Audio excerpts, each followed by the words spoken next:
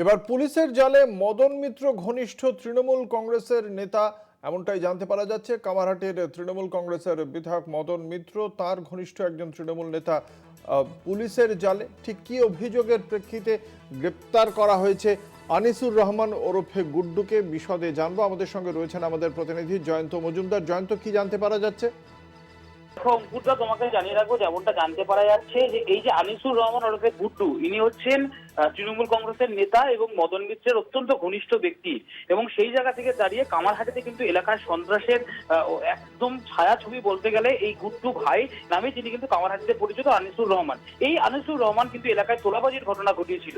এক বেলঘরিয়া ব্রিজের নিচে এক পরোটার দোকানের যিনি বিক্রেতা রয়েছে, তার কাছে কিন্তু বিপুল অঙ্কের অর্থাৎ মোটা অঙ্কের টাকা চায় এই আনিসুর রহমান ওরফে গুড্ডু।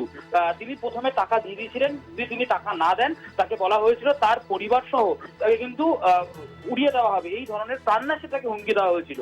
এরকম পরপর কিন্তু চলতে থাকে আনিসুর রহমান অথবা ওরফে গুড্ডুর দলবলের কাজ।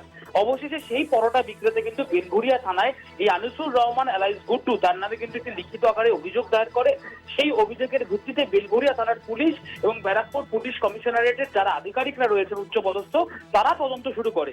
সেই তদন্তের পরিপ্রেক্ষিতে মদন মিত্র ঘনিষ্ঠ তৃণমূল নেতা আনিসুর রহমান ওরফে গুড্ডুকে কিন্তু গতকালকে গভীর রাতে কিন্তু বেলঘরিয়া থানার পুলিশ গ্রেফতার করেছে এবং আজকে তাকে ইতিমধ্যে ব্যারাকপুর মহকুমা আদালতে পাঠানো হয়েছে। এবং এই আনিসুর রহমান এবং গুড্ডুর যে প্রভাব প্রতিপত্তি এলাকায় ছিল, যে কারণে এলাকার লোকেরা মুখ খুলতে ভয় পেত, সেই বিষয়টিও কিন্তু পুলিশ খতিয়ে দেখছে বিভিন্ন রকম ভাবে তদন্তের আওতায় এনে। এমনটা কিন্তু পুলিশ সূত্র থেকে জানতে পারা গিয়েছে।